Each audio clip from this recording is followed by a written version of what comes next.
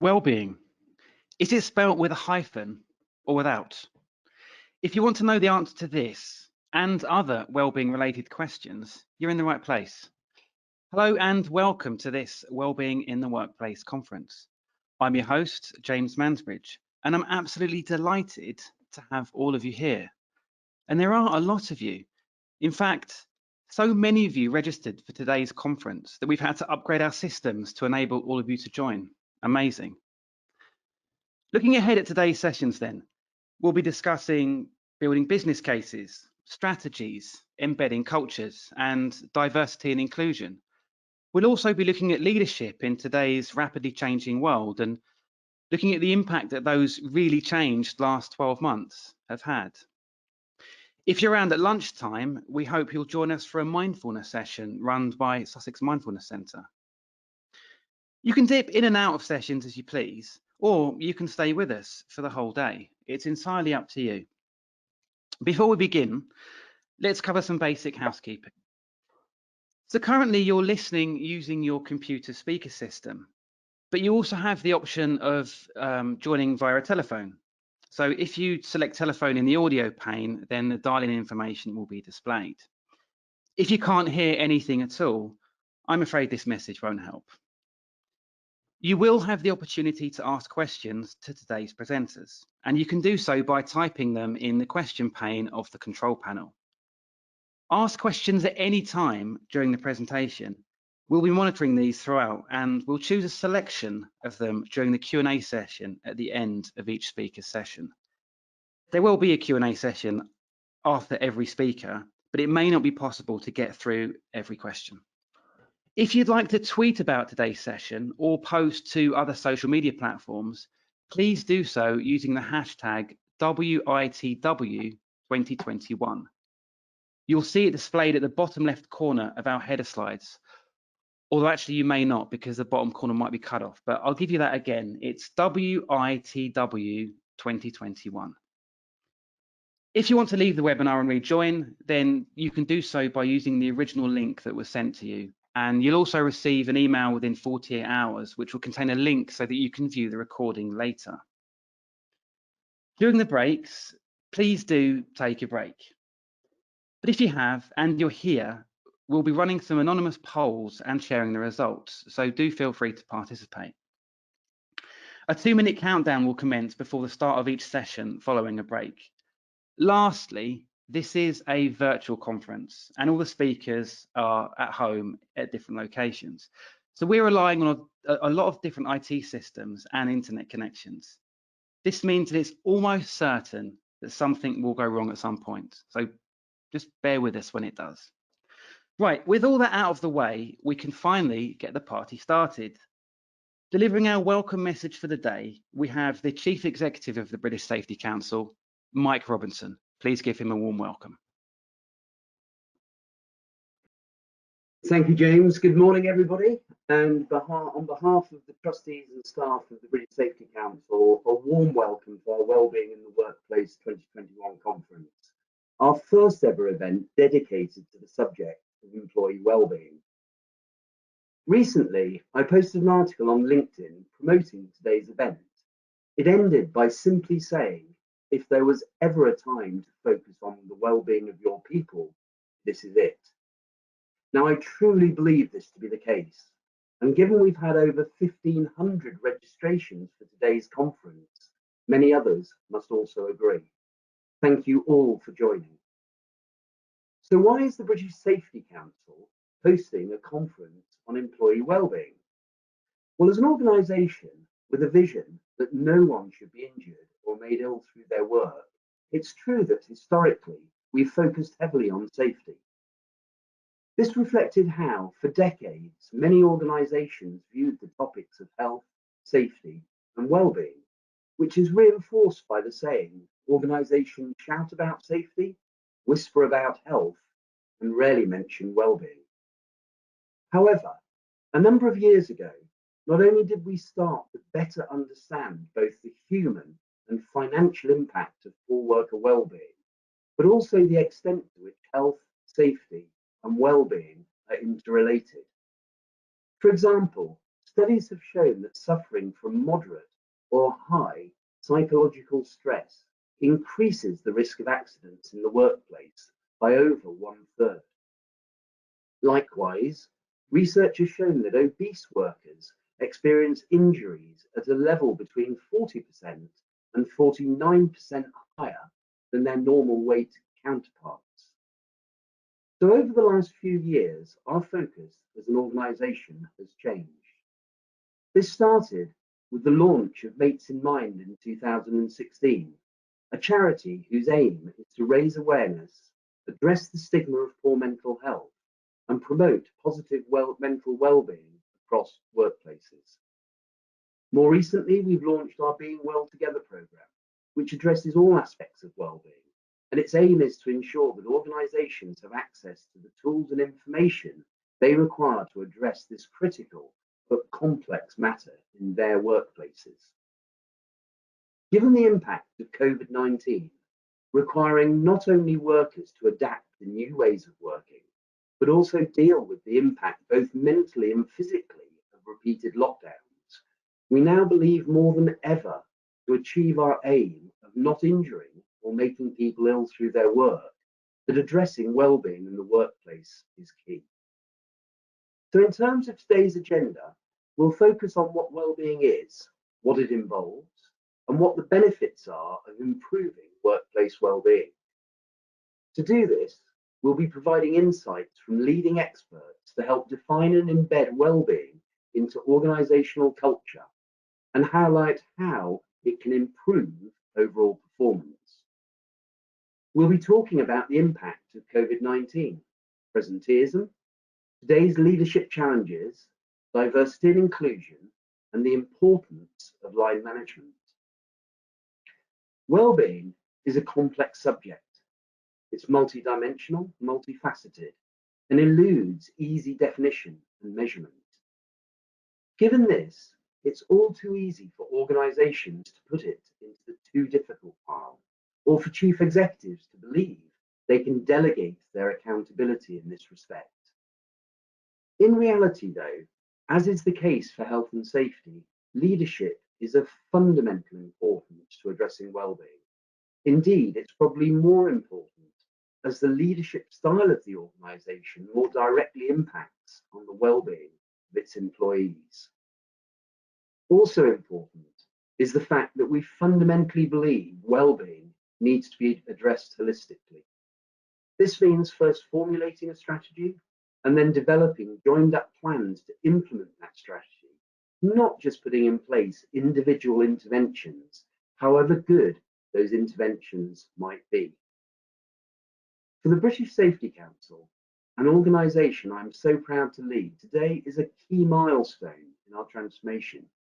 The recognition that employee wellbeing is fundamental to our vision, that no one should be injured or made ill. To end my introduction, I'd like to leave the final words to someone who sadly passed away now over 6 years ago, but whose vision and foresight seems even more relevant today than ever before, especially given the events of the last year. Her words were, "My mission in life is not merely to survive, but to thrive, and to do that so with some passion, some compassion, some humour, and some style." These are the words of Maya Angelou, poet, actress, and civil rights campaigner. Thank you very much. I really do hope you enjoy today's conference. Thank you. Over to you, James. Thanks very much, Mike, for that thought-provoking opening message. Our first presenter has been so in demand during the last year that he hardly needs an introduction, but I'm going to give him one anyway. He's a psychologist and a leading expert on well-being, and he's the 50th anniversary Professor of Organisational Psychology at the Alliance Business School at the University of Manchester. He also holds positions of President for both the CIPD and the Institute of Welfare. He's worked as an author or editor on over 250 books and over 450 articles for academic journals, as well as being a regular on our TVs and radios. Please welcome to the stage Sir Cary Cooper. Oh, thank you very much, James. I think this is a really important conference. I think, as we all know, well-being pre-COVID was quite significant, given the stress-related and mental ill health consequences for long-term sickness absence. Our productivity per capita was pretty poor, and so on. So this has become much more strategic issue.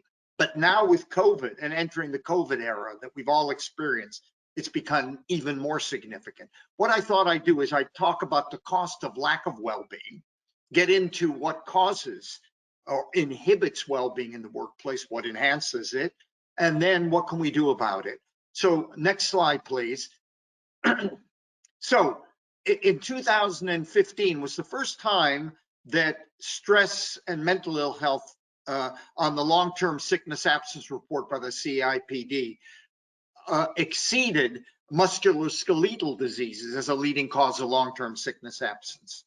So that was quite interesting that was the kind of turning point. And ever since then, it's escalated even worse. Next slide, please. So if you look at the pre-COVID, the year before COVID hit us in March, the HSC's figures, this is a complex diagram, but look at the circular thing on the right. Then 57%, this is the year before COVID hit us, 57% of all long-term sickness absence was due to stress and mental ill health in the workplace, and only 25% was for musculoskeletal. And if you look at the figures by the ONS, because during the first lockdown, the ONS, you know, they do this kind of well-being survey of roughly, I think it's 250,000 people, where they're looking at well-being generally. They've been doing this ever since, they've been doing this for the last 10 years. And what they found during the pandemic and the first lockdown was 63% of people said they were feeling very anxious and depressed. Over 30% said their mental health got significantly and clinically worse. 25% of people said that they were worried about their finances as a result of this. 40% of people said they were having difficulty coping, working from home, homeschooling with the kids, and we're back to homeschooling yet again. So really, during the various lockdowns and working from home, people have had trouble kind of dealing with it. Next slide, please. Now, this is quite interesting. So just as we're entering the recession in 2007-8, it was the first time economists started to look at not only the sickness absent costs, but they were looking at presenteeism. And in a minute, I'll tell you what presenteeism is. But just as the recession was hitting, the 2008 recession, we found that actually presenteeism, turning up to work ill, turning up to work job dissatisfied, contributing no added value, but you're there showing FaceTime. Of course, you're doing that because you're feeling job insecure and you don't want any negative data on your personnel record. So you turn up to work, but you contribute no added value. And you can see the costs that were first calculated in 2008. Since then, it's skyrocketed. So presenteeism, which is more difficult to measure, but you can measure it, is a bigger cost. And incidentally, this is going to be the big cost for us as we enter the recession after we all get the vaccine. So what we're going to see is increasing evidence of presenteeism. Why? Because people who were furloughed and a range of other people will be made redundant as we go into this. There'll be a large, we all know that you know, job losses are going to occur in big numbers. Therefore, there are going to be fewer people doing more work, feeling more job insecure, and wanting to show FaceTime, turning up to work when they're ill, working long hours. By the way, all of that evidence is that it's not good news. Next slide, please. And a study I did, so presenteeism is something like this. What we want is the top left-hand corner, don't we? We want people who are healthy and present. We get the one on the right is unhealthy, and that's sickness presenteeism. That's what everybody thinks is presenteeism. It goes beyond that, though, because presenteeism is also about you being, you're not necessarily ill, So that box on the bottom, you're healthy, but you're not always present. That's because you're job dissatisfied. You don't really like your job. And then the other box is unhealthy and not always present. You might have a chronic condition. So I did a study, and we did a study of 39,000 people in a representative sample across a range of occupations. And next slide, please, show you the result, that only 35% are in the healthy and present box. That's a third of you are paying for my pension in a sense.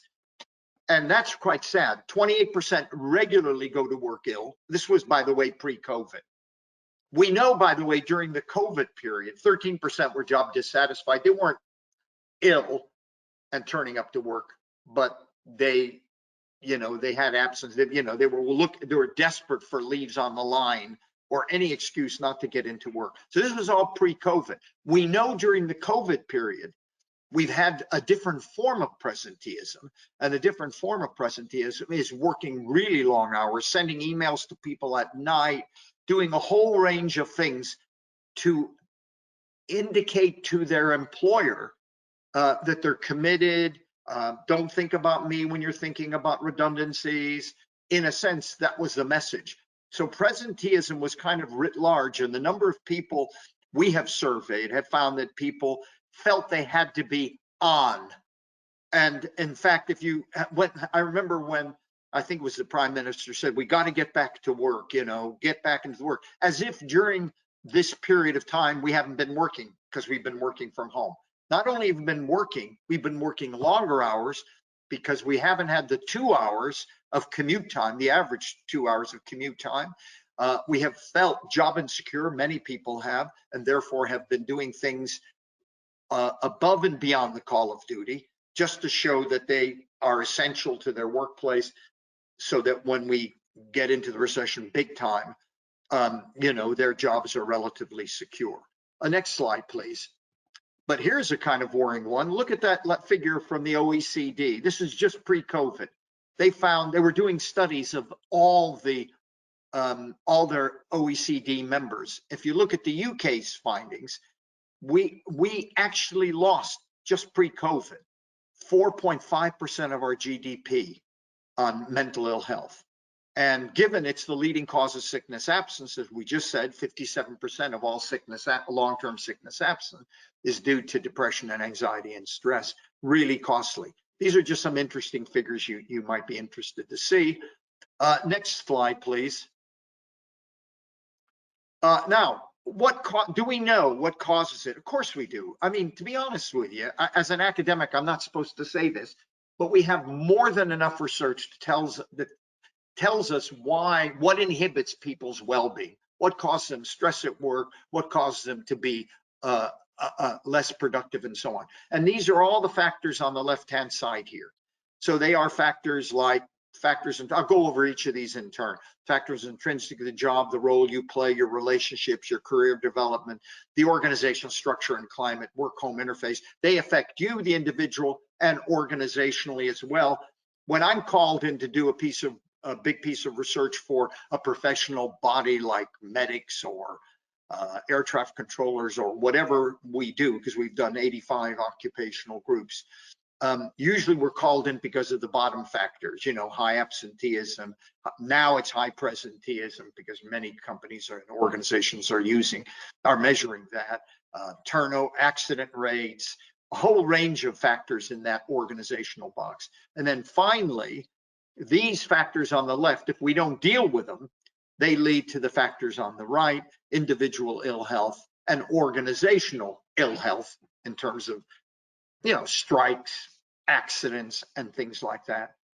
Of course, there's one box that's 6 foot long and goes 6 foot down, which is the box that follows all this if we don't deal with the problems on the left-hand side.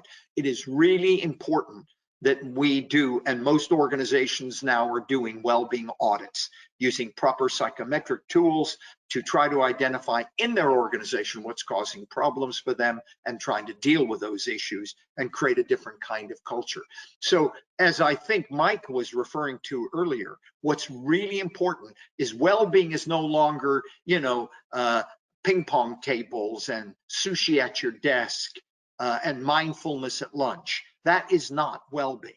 Fun, I enjoy it. I enjoy mindfulness. I enjoy getting sushi at my desk and having my massages, but that is not what well-being is. Well-being is now a strategic issue. And many of the organizations and companies I work with, they actually see this as a board issue. And that is really important. And in the public sector as well. Very, very significant issue. The next slide, please. So factors intrinsic to job. Too much work, obviously, there are fewer people. And as we go into the recession, there's going to be even fewer people doing more work, feeling more job insecure, not complaining, having unmanageable workloads, etc. Too little work is also a problem. I'll go into that in a minute. But we also have other problems now, which have come as a result of COVID and are going to be with us in the next year or two. And that is people will be working much more flexibly. They'll be working, those who can. I mean, if you're a doctor, a nurse, a taxi driver, a pilot, a train driver, paste assembly line worker, obviously you have to go to the coalface. But for the majority of people in the UK, we're a service-based country. And in that context, people can work from home. And pre-COVID, incidentally, wanted to work from home. All the evidence was, I did a book globally, an edited book where I got all the academics. It was called Flexible Work. And lucky for me, it was published in the middle of May of this year. And what we had done is reviewed all the evidence and globally, from Australasia to the US to Europe to the Far East. And what we found was that people wanted to work flexibly. They wanted more control and autonomy over their job. But men felt, and the evidence was clear on this almost globally, that men felt that if they did accept a flexible working arrangement of one sort or another, would adversely affect their career. So they didn't do it. Women took it because they felt obliged to take it because they are the main carers. So it was about child care, elder care. Women took it, but by the way, they also thought it would damage their career, but they felt that that was a responsibility they had, and they took it. Now we all know we can work flexibly. Employers, incidentally, are going to want what is now termed the hybrid model, which is some people, like maybe young people in their first 5 years of employment, going into a central office environment, but the vast bulk of people working substantially from home and coming into work to team build, to socialize, to develop new products and services, but only a day or two a week. So the world has changed. So factors intrinsic job, how do we manage this system? Remember what the ONS survey found. 40% of people during this pandemic have said, I have found it difficult establishing a routine. Remember, 2 out of every 3 families are working families. So a couple both working, trying to coordinate everything. We know it's been an absolute utter nightmare for that. And then in 2 different parts of this year, we've had homeschooling, which has been horrendous. Again, 25% of people on the ONS survey said the homeschooling was causing relationship problems in the home. That's out of a sample of 250,000. So it's a real issue. So factors intrinsic to job now in the future will be, how do we work in a hybrid model? How do we identify when people have problems and have unmanageable workloads and issues like that? Next slide, please. Just an example, pre-COVID, one of the early studies I did was air traffic controllers, and you can see every job is different. And you can see the factors here. These are factors intrinsic to this job, which are potentially stressful, variable, high workload, and so on. Every job, whether it's a nurse, a teacher, a dustbin man, no matter who, they have factors that predict some of which you can deal with and some of which you can't deal with. So we can do this, and this is the kind of work that occupational psychologists do, try to identify among a professional group or an organization, what are the factors that are causing people to get ill, and how do we tackle those kinds of problems? Next slide, please. So role that you play, how much power and authority and control you have over your job. Now, the interesting thing is that during this period, we've had a lot more autonomy and control because we've been working from home. So nobody's really micromanaging us unless you still have a command and control boss, in which case you do have problems. I'll talk about that in a minute. But the role you play, having autonomy and control, is what people have wanted. They wanted much more flexible working. They're going to get it in the future. But managing people in this kind of context is going to be quite different. And really, there's a book you ought to read, aside from my own books, which of course you're already reading anyway. No, I'm just joking. But take this, I love this bit. So Joseph Heller wrote a book called Something's Happened. He's a guy who wrote Catch-22. In his book, it's about a man having a stress breakdown in the workplace. And Joseph Heller, before he wrote Catch-22, he actually worked in an insurance company for years. So his book, Something's Happened, is all about his experiences in a kind of humorous way. But if you remember Catch-22, there's also a ting in this, a sting in the tail. So for example, one of his characters, middle manager in a company who feels he has no control or autonomy over his job, says, what would happen if deliberately, calmly, with malice aforethought and obvious premeditation, I disobeyed? I know what would happen, nothing. Nothing would happen, knowledge depresses me. I suppose just about impossible for someone like me to rebel anymore and produce any kind of lasting effect. I have lost the power to upset things that I had as a child. I can no longer change my environment or disturb it seriously. They'd simply fire and forget me as I tried. So I think what's important is the control and autonomy. And under this circumstance, what we need is a different kind of role by line managers, which I think we're going to get to in a minute. Next slide, please. So the role you play is significant. Now, here we go. This, I think, is fundamental. If nothing else during this pandemic we've learned is the significance of bosses, managers at all levels with social and interpersonal skills, EQ, emotional intelligence. Pre-COVID, so I co-chair the National Forum for Health and Wellbeing and Work, made up of 40 global employers. They are made up of HR directors, chief medical officers, and directors of health and well-being of really global, from Microsoft, Rolls-Royce, John Lewis Partnership, BT, BP, Shell, the list goes on, GSK, the BBC, the UK government's in it as well, a permanent secretary, very senior people. We meet quarterly. When we met 3.5 years ago, we now meet monthly, but during this period, but we used to meet quarterly in the headquarters down in London to look at issues and do something about them in the well-being space. That's our dedication. We're dedicated strictly to well-being. We're not paid to do this. We do it voluntarily, and we make real impact, and we actually carry out some work. When we had our first meeting 3.5 years ago, the HR directors, chief medical officers was saying, I said, what's our agenda? What are the issues we should tackle? And they said, the number one issue is the line manager. We've got to do something.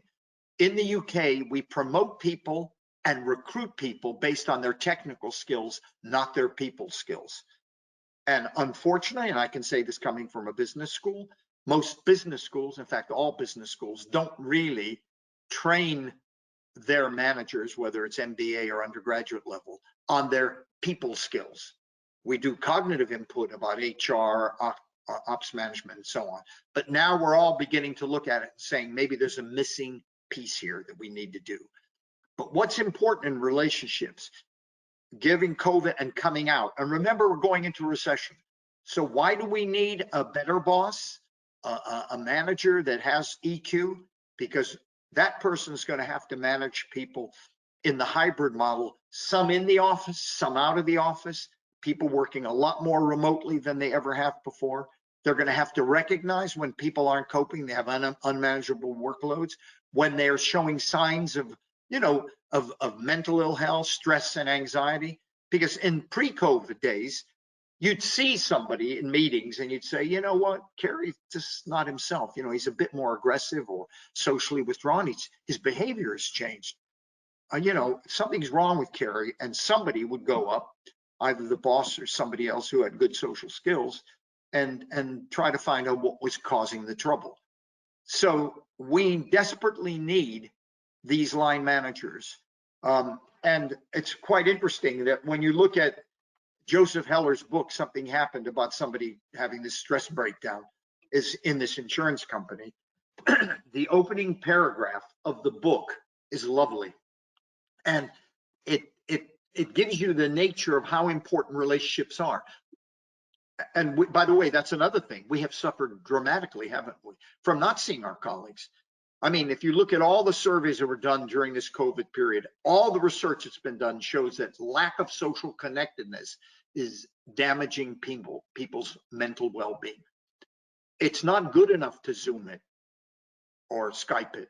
It just doesn't work. Human beings need the social connectedness. That's why I hate the concept of social distancing. It's physical distancing, but maintaining social connectedness as much as you can. So anyway, listen to this. I love this opening paragraph of his book.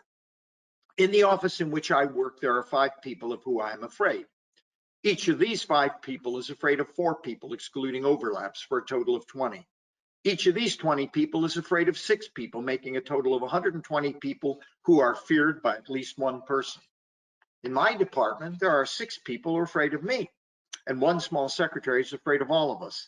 I have 1 other person working for me who's not afraid of anyone, not even me, and I'd fire him quickly, but I'm afraid of him.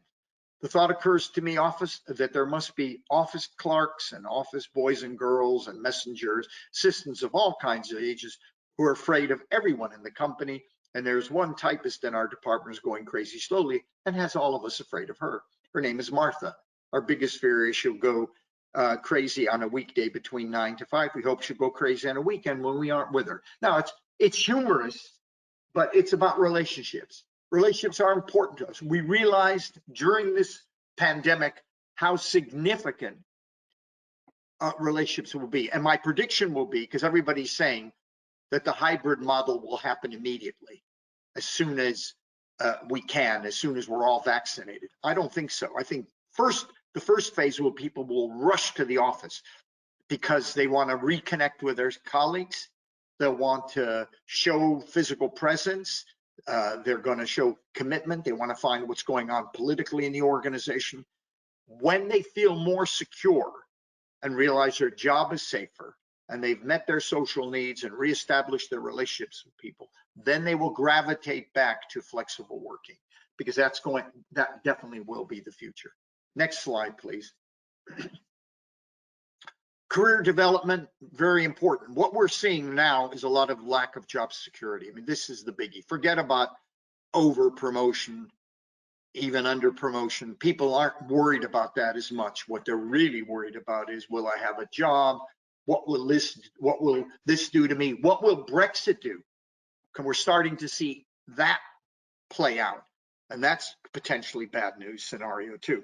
So we have the triple whammy at the moment of the health crisis, the recession we're gradually going into, and job losses are beginning to increase. And as soon as government stops the funding and support for organizations and various sectors, that will kick in with higher unemployment. And then we have Brexit, which is uncertainty. So we have really the 2 things that cause people to get ill in life is uncertainty. We have bags of that in the 3 whammies I've just mentioned, and lack of control. And to be honest with you, we don't have very much control. We don't have much control over the recession, etc. We do have some, and that is important that we understand and we begin to try to take control. So job insecurity, next slide, please. This is what happened the last recession. This is from the CMI, all right, on their economic outlook in 2010, in the middle of the last recession.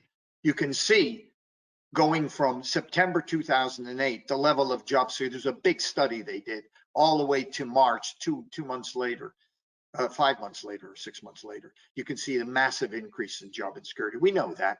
Everybody knows. Everybody on this line knows that this is going to happen, and we have to manage that somehow. We have to get as many people working as possible. We have to make people feel as secure as we can as possible. We have to take on younger people. It's really important we take younger people in And we don't want to have a whole generation of people leaving colleges and universities who are unemployed. We cannot afford to do that. We need apprenticeships. We need to take them on in a variety of roles, even if we only take them on part-time. This is their future, but it's our future as well. Next slide, please. Thank you. So this is what we have when we're talking about lack of job security and everything else. I love this. This came out in the Buffalo News in the middle of the last recession. This is the boss. The bad news, Johnson, is you're being let go.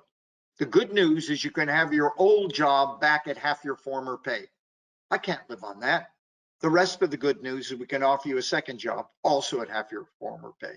I love at the bottom where it said, I'd offer you a third job, but I'm afraid of overheating the economy. So it's humorous, but it indicates the kind of area that we're about to enter, and therefore why well-being becomes very, very significant if you want to retain talent and if you want to get the most out of people. Remember what our productivity per capita was pre-COVID. We were tied 7th in the bottom of the G7 on productivity per capita and 17th in the G20 on productivity per capita. Very poor. So we have that.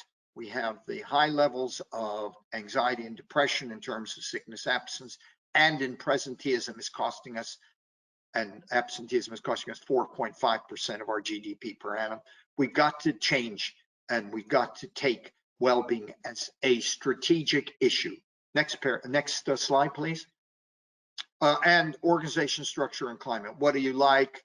And this is really important. We need much more involvement of people. And what I think has really been good during this COVID period is that lots of line managers have decided and have listened to the advice of many people in HR and occupational psychology, etc., and have going one-to-ones with their direct reports to find out how they're feeling rather than just about the work. And I think that is kind of critical. Can we do the next slide, please? A homework interface, another big one. Excuse me. Conflict in homes and everything. And this happened a lot during the COVID era. It's still happening right now. As I read from the ONS survey, 40% of people said that what was going on in the home as people were working more from home was causing enormous difficulties. This won't be a problem, I think, once we get rid of the homeschooling. That really has been a massive burden on employees' health, well-being, and productivity. So we're going to get less of this as we move, get the vaccine and move back into some kind of normality. It's not going to be totally normal, but it's going to be some. And we've learned from all this, and this is the good news. I just hope during this period of time, during this 10 months, and to go on to maybe 15 months until we get the vaccine for most people, I hope we've learned several things about how important our kids are, how important it is to use this time to relate to them, to contribute to them, even though we're lousy teachers of our kids in terms of homeschooling. Just trying as much as you can to do something. I noticed in the beginning of it, the first kind of 5 months of it, I was doing some work with one of my granddaughters online. I just do kind of an hour a week or a couple hours a week, and I really enjoyed it. And I found it hard. I didn't know how to do it very well, but it was great linking with her. And I think we should have learned something about this experience for all of us, that it's an opportunity of kind of rebooting our family relationships. Men particularly investing more in the family, because men played much less of a prominent role. There is a new man, but I think he's touring the country. I think he's in Aberdeen at the moment touring the country. But maybe we've got more new men coming out of this. I'm hoping we have. Next slide, please. So how do we deal with this? Okay, I did this. This is a stress management, well-being management program I did for the EU. They asked me a number of years ago, what is the strategy for dealing with this? And I said, well, it's a three-pronged strategy. And in working with the EU, we came up with these three. Number one, let's go to the bottom first, tertiary, which many of your employers are probably doing, employee assistance programs, counseling services online. We had a lot of that, by the way, during this pandemic. And incidentally, the use of them has been astronomical in some sectors. So the good news is, because many of these services were online anyway, they have really worked, or have been virtual anyway. So that's one way, help people who are not coping. Second is secondary, is where we do training. And we know from the evidence, resilience training does work. I reviewed all the evidence and published a paper on it with a colleague, Professor Ivan Robertson, where we reviewed all the studies globally looking at resilience training in the workplace. And it does work, it does make a difference. But that again is training the individual. And then when you get to primary, you're talking about what do we do at the organizational level? Forget the individual. The other two are individual things. Having a counseling service for individuals, training them on resilience training, or training them on how to get better balance in their life, etc. How to prioritize their work at home, etc. The primary one is where you actually do well-being audits, you develop a strategy, and you implement the strategy, and you make it a board issue. It should be a board issue, whether it's in the public or the private sector. If you look at a company like Mace, it's a board issue. The chief exec and his senior team, they do that. That's a construction company in a safety related area, and they have made it a very big strategic issue. Many companies are beginning to do this now. It should be on the agenda of boards. We should have directors of health and well-being, or that's a responsibility for the HR director or chief medical officer. But in fact, I was called up recently, about 4 or 5 months ago. I don't know, you lose count, don't you, during this era. I was called up from the States from a big headhunting firm, a headhunting firm that headhunts C-suite people, chief CEOs, CFOs, etc. Then they said, Professor Cooper, we've had requests from 4 or 5 companies, for a chief well-being officer. They want to create the role which is independent of HR and chief medical and occupational health. I thought that was interesting. What does it look like? What's the role? What should the role be? So we're moving in that kind of direction now and making this a big strategic issue. Next slide.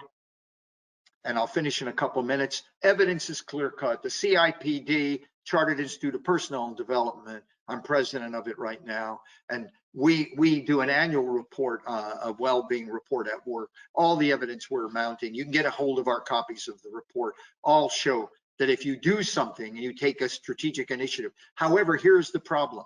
A lot of companies are doing things and it has an impact, but 60% of the organizations don't see it as a strategic issue yet. 40% do, and that number is increasing. Next slide, please. Again, PwC, again, look at it. They've looked at 55 companies. Evidence is clear. It hits the bottom line. Hey, if finally we're actioning what you used to hear HR people say all the time, the most valuable resource we have is our human resource. If you actually do make this a strategic priority and don't just deal with it in terms of low-hanging fruit like mindfulness at lunch or gym membership, and you treat it properly, you will get these kinds of results. Next slide. I just want to show you something. One company we looked at, big organization, organization, by the way, in the kind of safety related area, has about 34,000 people. We looked at it, did a big survey, found that if psychological well-being was enhanced, it increased productivity, and the correlation was 0.46, very, very significant. And we saw the people with the highest psychological well-being were the most productive. And we were looking at productivity because in this case, we could look at productivity.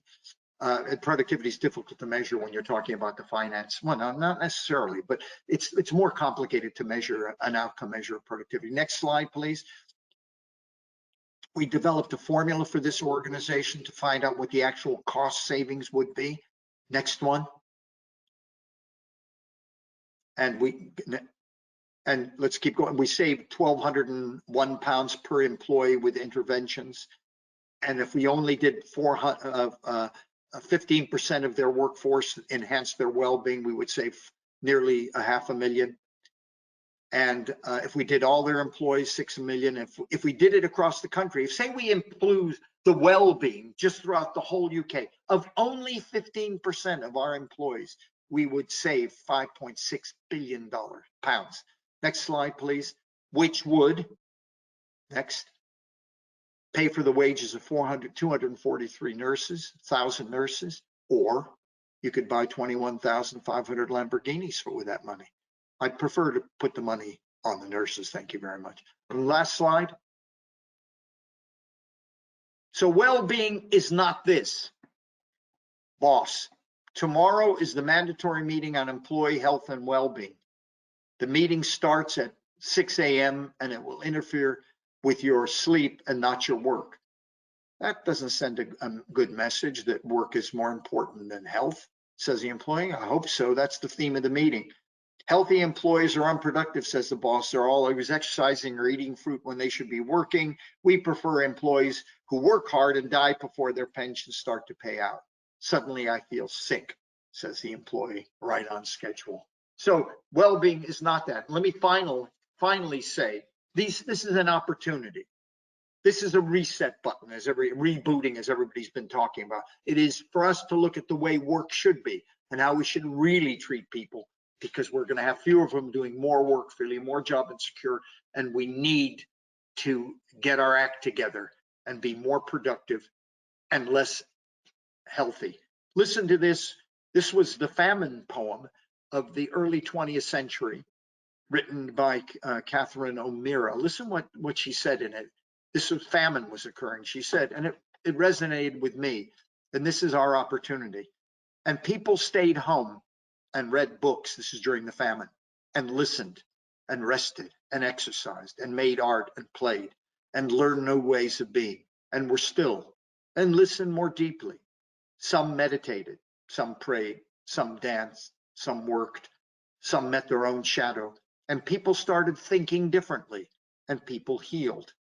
And in the absence of people who lived in ignorant ways, i.e. of the virus, dangerous, mindless, heartless, the earth began to heal.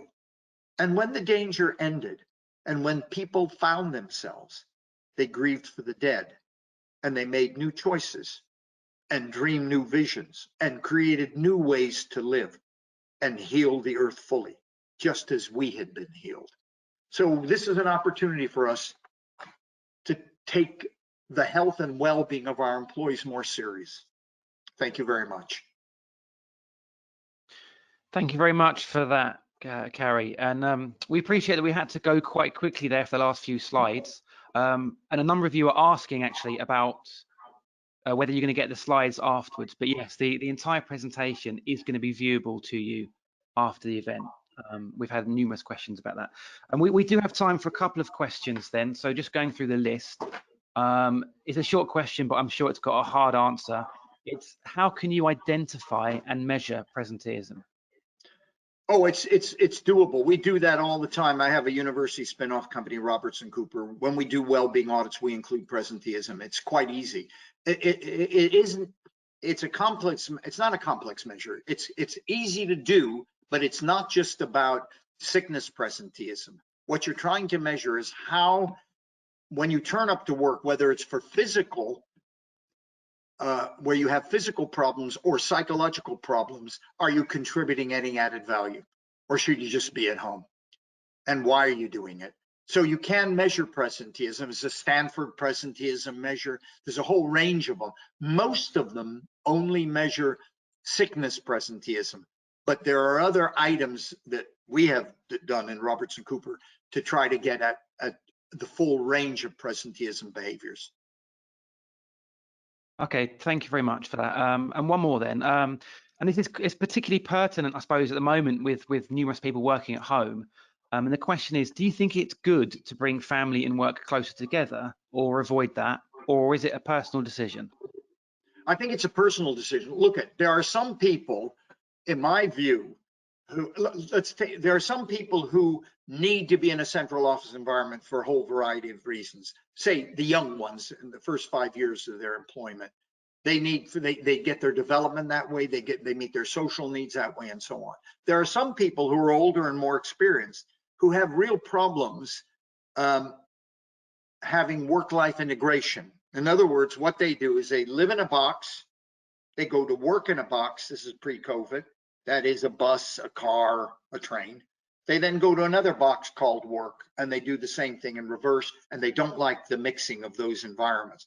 There are other people who have learned this year that it can work, that it provides them with some family synergies as well. You know, okay, so I have flexibility. I can work in the evening, but I'll go pick my kid up from school.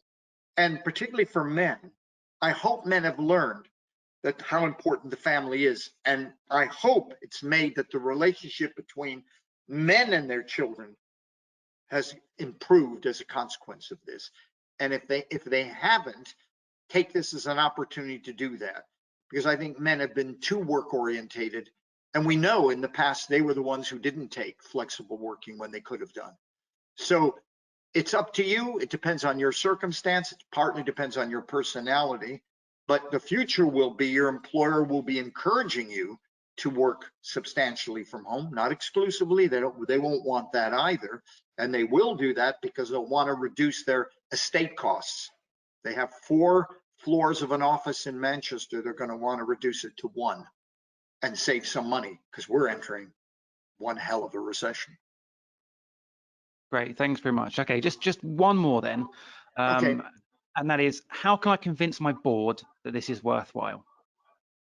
Okay, there are some, in some industries, by the way, you have to collect the evidence on it. I know in sort of, you know, transport, construction, et cetera, in some industry, engineering, it, you know, very bottom line orientated. You have to show that it's going to make a difference and have an impact. And so therefore you have to collect the evidence to demonstrate that this is hitting the bottom line. The evidence is clear, by the way. There's tons of it out there. In my Wellbeing book, Productivity and Happiness at Work, we have case studies at the end of the book of companies who are doing it and how it's hitting the bottom line. You collect that evidence. That's what some companies. Other companies will have a chief exec or a board who are more au fait and understand the importance of this. We have found that in the finance sector, for example, much better. They realize how significant it is for their bottom line, as well as it is a good thing to do. It's good practice. But probably collecting evidence on what lack of well-being is and what stress-related and mental health is costing them in terms of sickness, absence, presenteeism, lack of productive addition, you know, added value in terms of productivity. So you have to, probably the best thing is start collecting the data, but you will have that data. HR will have it. HR is very, very keen on well-being now. CIPD's brand is good work. That's what we're about now. It's all about good work. It's not about process. It's about good work. Okay, so Cary Cooper, thank you very much for that really thought-provoking and excellent first session. And we've had an amazing response, judging by all the comments that people are posting. So thank you very much for that.